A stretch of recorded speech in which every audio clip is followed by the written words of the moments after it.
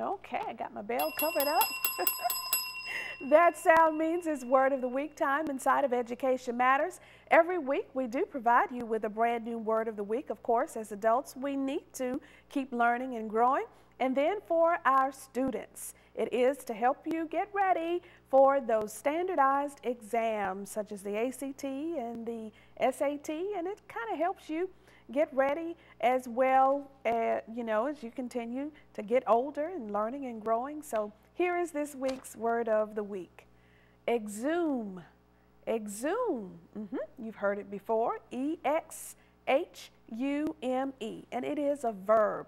And it means to remove from a grave.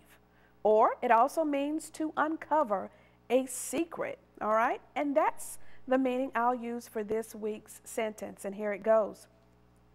Intelligence agents were able to exhume information from the informants. Okay? Intelligence agents were able to exhume information from the informants. They were able to uncover secrets. All right? Exhume is your Word of the Week this week. As I say every week, for a continuous list of our words of the week, just go to the website edmat.com.